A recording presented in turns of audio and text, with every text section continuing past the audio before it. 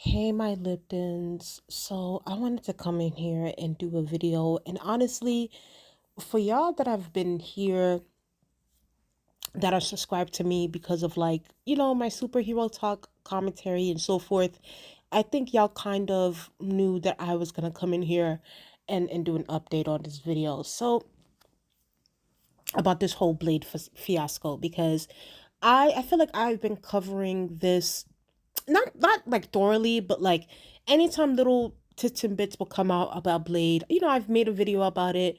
I've always had it up on my channel. I discussed it because I discussed it because for first things first, like such I thought that it was great casting that they casted Mahershala Ali as Blade. As time went on, they ended up casting Mia Goth, and I was like, oh, word, like y'all getting the actors up in here. So I was just like, I was excited, and I was like, I couldn't wait for to see Mahershala Ali's Blade, and then on top of that, after watching the Eternals, and people saying that towards the end of that post credit scene that was Mahershala Ali's voice, I was like, oh my god, they're introducing Blade. It's going to be so exciting. And mind you, I think what was the Eternals, like 2 years ago or something like that. It's been a minute.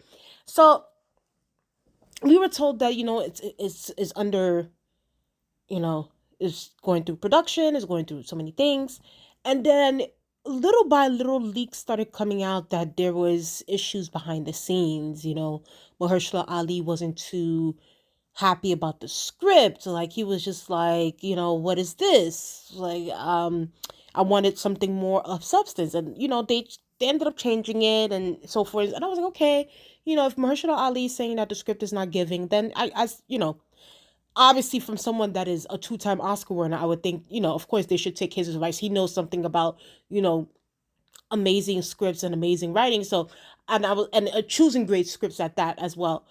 Clearly, because it got him two Oscars. So I was like, you know what? I think that I'm gonna trust the A plus, the A list actor when it comes to this. But as time went on, and as time went on, and as time went on, it seemed like there was always issues going on with the production of Blade. It was just like they couldn't find a director. A director kept leaving. They had to get a new director. There was something wrong with the script. Mahershala Ali felt like they were trying to give us a mediocre, lackluster, storyline when it comes to Blade. They were just gonna, give us a bunch of BS, put it in a bow, and just throw it at us as the audience because they feel like, Marvel fans are just gonna eat shit. We're just gonna eat, forget the chicken salad, we're gonna eat chicken shit. Because we're such great Marvel fans, we're just gonna continue to watch Marvel films even though it's trash. So Mahershala Ali was basically saying, but and this is according to behind the scenes, he was just like, listen, like, no, like, I'm not doing this. Like, y'all need to get y'all shit together. Like, get this writing. The writing team needs to be immaculate. Okay, I need to see something of substance. The fight scenes need to be. That's another thing too. He said that the fight scenes were not giving like amazing VFX. It's just like there was so much that was going on, and I've done a couple of videos at this point, I believe, discussing what the hell has been going on with Blade, any new updates that's been happening. So I was like, how the hell, like, y'all have Mahershala Ali, y'all have Mia Goth, y'all have great actors, and Marvel, Disney, y'all have so much money. Y'all have so much money. Y'all have a billion plus, y'all multi-billionaire company. But yeah, y'all can't hire not one good writer to write a great script about Blade? Y'all making it seem as if Blade is some, and don't get me wrong, like, I love Blade, like, half vampire, half, but it's just like, y'all making it seem as if Blade is like some complex, like the Joker or something. Like, it's just like, can y'all like get a good writer, or get someone that actually knows the comic books, that knows the comic book of Blade, and write him in a way that makes sense. And to me, I just felt like it was so, this whole thing was just like they're purposely making it more difficult than it needed to be. And I mean that when it comes to Disney, Marvel, Kevin Feige, whoever. So then at this point, I was just like, I don't know. I just don't know when this movie's coming out. Then the news came out that Blade is no longer being released in 2025, 2025, I think. I didn't even bother to read the article because it got to the point where I was just exhausted. And I even wrote this tweet. Hold on, where's the tweet? I wrote it here. I said, exhausted is not even a strong enough word for Marvel at this point because I'm exhausted. I am exhausted. I'm exhausted because y'all had Mahershala Ali all hyped up. Y'all had him in the post-credit scene for the Eternals. Y'all made it seem as if like he was really about to be out here slaying us as Blade, only for y'all to not give him a great script, not give him any great fight scenes, watering down the product.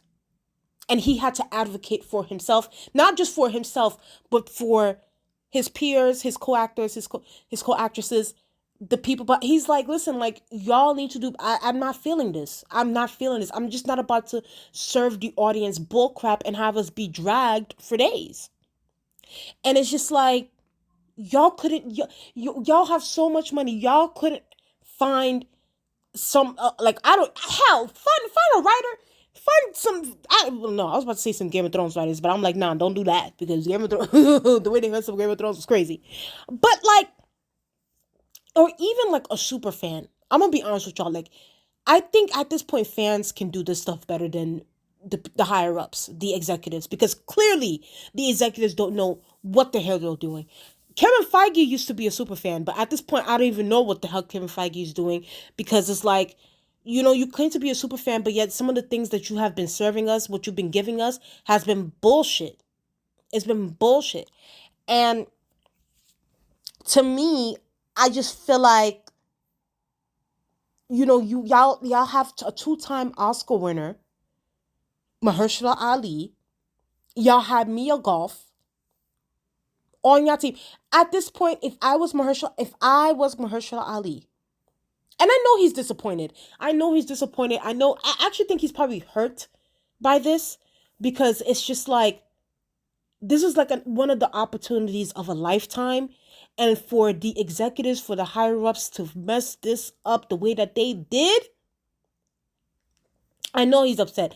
If I was Mahershala Ali at this point, I would ask them to buy out my contract, give me the remainder of my money, and let me go on about my day. Because it's like, at this point, I'm no. By the time someone said, by the time Blade gets made, it's gonna be like when Mahershala Ali is like in his 70s. And I think that it's just, it's so unfortunate, because it's like, why did this have to happen? And sure, at this point, someone, for the ones that watch Deadpool, and this is just me going on a tangent here and me being funny, but, you know, throwing a little bit of humor before I go in on Marvel and really drag them for what I really think is going on here. But, you know, them putting Wesley Snipes, if y'all watch Deadpool, there's a spoiler, you know, Wesley Snipes did a cameo, and it says here there's only going to be one Blade. You know, was he being for? I mean, maybe it was real. Maybe this is real. Maybe there is going to only be one Blade. Maybe it's going to be Wesley Snipes. But I just feel like, why, you know, just pull Mahershala Ali through all of this mess, only for y'all not to deliver a great. And mind you, he's not. And no, all of these actors are not asking for much. All they're asking is for y'all to hire people that have creative minds, that can write a great script, that y'all have great VFX workers, pay them well. On top of that, let me add that in there, because y'all know a billionaire companies like to act cheap as hell. Y'all are too capitalistic. Y'all too capitalistic. Pay them well to give us a good script, some good fight scenes, some good CGI scenes, and then deliver it to us as the public, and let us eat that up. I mean, we'll be here for it. We'll praise it to the moon. But but y'all don't want to do that. Disney, y'all don't want to do that. MCU, Marvel Studios, y'all don't want to do that. Kevin Feige, you don't want to do it. And you claim to be a fan? Kevin Feige? You claim to be a fan of the Marvel comics. You grew up on it. Blah blah blah. This is how you are. This is who you become. So initially, I was gonna really make this surface level. Like I was just gonna be like, yo, like they fucked this up. Like I just at this point, Mahershala Ali needs to tell them, listen, I'm out. About my contract. I'm out. Like I don't want to deal with this beat. And I'm pretty sure Mahershala Ali stalled a lot of other projects that he was going to do just for this film and for Marvel Studios, for Disney to just drag this out the way that they did, and so many directors dropping out and the writings, the scripts not being what it is. If I was Mahershala Ali, I'll just wash my hands of this. I'll wash my hands of Disney. And honestly, if he were petty, and he should be petty right now, I suggest he call up James Gunn.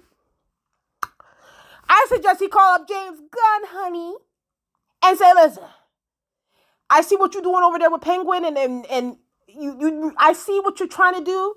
I want a piece of that.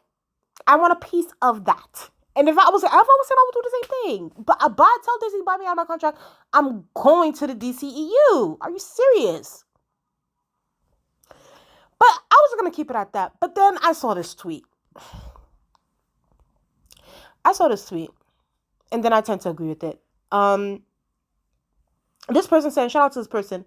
They said it's long past the time for a discussion to be had about the MCU and their handling of Black characters, okay? And I know there's going to be some people that feel like, oh, this doesn't have to do, there's probably other projects where Marvel hasn't handled well and they were not, Black or whoever. But I think we also had to look at it from this standpoint too, because it does tend to, like, why I do understand, because some people are gonna bring up like, what about Channing Tatum and him trying to do Gambit? What about some other characters as well? While I understand that, but I think that looking at what we've had, right? When you look at Blade, when you look at Storm, when you look at Black Panther, when you look at, just these characters, that, we grew up on, that we love, hell, Ironheart, whatever, they have not been built. And honestly, really, if y'all want me to give y'all one, okay, Black Panther is probably the only one where, like, it's something to be proud of, like, built up to look strong and so forth. But it's just like, even after that, right? Marvel, and I discussed this on my channel, by the way. Hell, it's even on my pin. It's the pin of my. If you go to my homepage of my channel, which, by the way, y'all need to subscribe to my channel. Okay, let's get up to 1,000 subscribers. Subscribe. But no, if you look at my pin page, look at here. In the video, I discussed how, Storm, even for Storm, like, can we be honest about this? The first real, like, Black superhero, blah blah, that we were introduced to as a public, and that, in the comics that we've kind of known more so, was Storm. The whole X-Men thing. So we were just like, okay, she looks beautiful, like, just amazing, immaculate. And, when we see Storm, live action Storm on the screen, outside of the comics and outside of the cartoons, of course, in the cartoons, I feel like, they portrayed her, well, that's a whole different conversation. But, like, still, like, in the cartoons, she was fairly portrayed good. But once you get to the live action and you see live action Storm, what does Hollywood do? They cast light-skinned or biracial, racially ambiguous women to play Storm, when in fact that Storm is a unambiguous dark-skinned Black woman in the comics. Okay, I'm going based on just the facts right now. In the comics, Storm is a fully black, dark-skinned black woman. And what do we have in these live action movies? We have a Halle Berry, we have Alexandria Shipp, who both of them are two biracial, you know, ambiguous ambiguous women. So it's just like y'all like when as far as like when it comes to like the colorism, when it comes to these black characters, it's not just like obviously like a Marvel thing or like but like obviously across the board throughout the movie industry, it's just like it's been incredibly colorist, right? So y'all never really portrayed Storm well as it is. And then on top of that, let's get to X-Men 97. And I discussed this in my X-Men 97 episode reviews. I was just like, listen, while I'm happy that, for the crumbs that we've had when it comes to Storm, I was like, I was happy. But at the same time, there were times where I felt like Storm was very like depowered, especially like towards like those last end two episodes. I felt like she wasn't really able to show her like as far as like her powers or like her like even the fight scenes. It's like we needed more of her in that aspect, So it's just like historically we have not had a great Storm, and then on top of that, let's also discuss, even when it comes to Black Panther, while I loved, the phenomenon that Black Panther had in our movie is always going to be a part of our culture and the love that we've had and the rise of the Black Panther, how Chadwick Boseman was able to make this into a mainstream character. But even after that, it was just like, even when after Chadwick passed away, and there were people that wanted him to be recasted. And I was one of those people that wanted him to be recasted because I felt like, listen, the story needs to go on. And while I did understand the other side of it too, like, to sort of, for his memory, just to be, and while I do get that, and I still obviously do, I really enjoyed Black Panther 2. I think that it was a really good film, a really great film. I still feel like there was a part of me that felt like he should have been recasted. Other, actors have passed away where they've played characters that were, in books, and guess what? Those characters were recasted. I just don't understand why the same wasn't done for this instance. And then it's just like, at what point are we going to sort of be like, okay, like Hollywood does have like even looking back now, I'm starting to remember like the X-Men films. That one character, oh my God, that's how much like they just shitted on his character. But there was one character, and I believe it was X-Men first class. One of the characters, one of the mutants was black, and the way that they just killed him off, it was just, mind you, didn't have much of a presence, didn't have much of anything in that film, and they just killed him off. Another black, character within the comics. So it's just like, I'm at the point where there's too many examples where when it comes to like live action, when you're trying to bring these superheroes to life, particularly when it's black characters, y'all don't know how to handle them, or y'all don't want to put no effort into them. Y'all don't want to put no effort into them. And it's like, it's evident. It's very, very evident from what we're seeing. Like, there's a lot of colorism when it comes to, and we need to start having those conversations. I'm sorry, like, we need to, like, I understand it's uncomfortable at times to really discuss these kinds of things, but we need to talk about the colorism that goes on within these live action films and with these comic book films, because it happens way too much with the women. Y'all done did a whole erasure thing when it comes to the black women in the comic books. The fact that Storm, like, honestly, and I really do genuinely think about this, the fact that Storm does not have her own individual film still, like, Storm is one of the most powerful mutants. Like, are you serious? Like one of the most powerful mutants.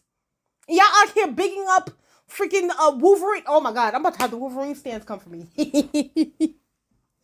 Like, come on, y'all. Come on. Y'all done did Storm dirty. Y'all done did at this point Mahershala Ali dirty. Y'all done did that other mutant dirty from X-Men First Class. Y'all know who I'm talking about. If y'all know who I'm talking about, please put it in the comments. The one that was killed like right away. Like he didn't even have much of a presence in X-Men First Class. Like he had like 2 lines or something. And then what's his name?